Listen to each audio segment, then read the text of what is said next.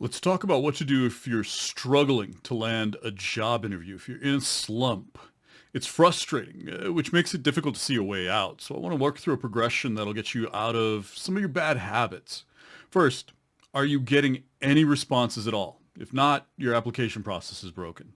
That can come from a couple of issues. Are you applying to the right roles? When you're applying to something, sometimes hundreds of different roles, it can blur all together.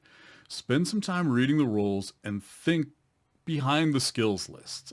Think a little bit further into the role. What are they really asking for? And how well do you see yourself filling that role? Put yourself in it. How well do you understand a day in the life of the desired candidate? Sometimes you need to slow down and look at different types of roles to find a better fit. Now, are you applying at the right companies? Big companies are attractive, but it can be easier to get started in a small and mid-sized business.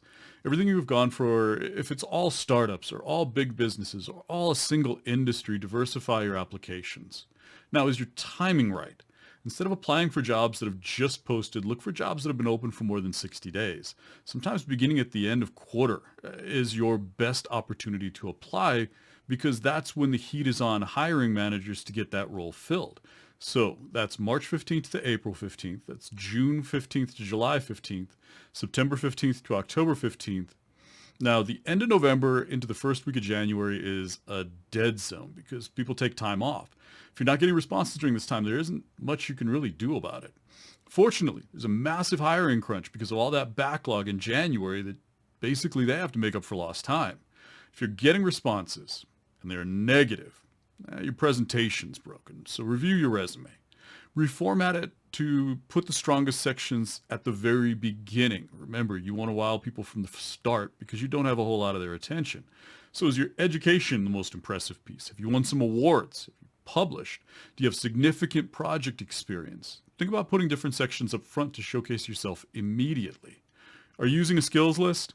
Reformat skills to capabilities. Talk about skills in terms of what results or work products can you create using that skill, and definitely add results. What business value have you created? What improved because of the classes that you took personally? What got better? What did you learn from an independent project? What new value can you bring to the business? So be as specific as possible.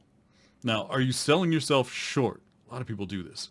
Many people will leave off capabilities that aren't perfectly polished yet. A lack of confidence can have you underselling yourself and your role in delivering projects. Avoid leaving achievements off your resume because you feel like you're bragging or maybe it's too small to be worth mentioning. If those two pieces of advice do not get you anywhere, it's time to look at your larger online presence. So if I'm looking at a resume and I want to know more about you, do you have any links to it? Think about setting up a portfolio site or a GitHub for your projects or a blog. Add some details to your LinkedIn profile. Spend a bit of time posting on social media. Put those links front and center on your resume and in all of your profiles. Also, make it easy to contact you via email and DM. Make it clear that you're actively looking for a role and ask hiring managers to just reach out. Look at my profile, send me a DM or email me. Make it easy and make it clear. If you run through all three of these and you do not see any sort of issues, get another set of eyes and ask them the same three questions. Look at the same three things. Just ask for someone else's perspective. Ask specific questions around those three areas that I just discussed, and don't let your advisor stray too far off topic. Don't let them give you any edge case type advice because that can lead you to a whole bunch of rabbit holes. Keep them focused on the jobs you've been applying for, your resume, and your larger online profile and presence. Then make sure you listen. When the job search is going badly, it's easy to get defensive, so take outside advice seriously. Another way to approach this is to look at LinkedIn profiles of people in the job you are applying for. What do they have that you don't? How are they presenting yourself? What do they highlight in their profile? Do they use some different terminology? So that's your progression. Review your application process, your resume, your online profile, then get an outside perspective. Do not keep doing the same things over and over again and expecting different results. Do a root cause analysis on your process. Make some small changes with each improvement cycle and iterate rapidly. Remember, if you're qualified and can do the job, your capabilities are not the problem. Something in the process is broken. Focus on finding the issues and fixing your process.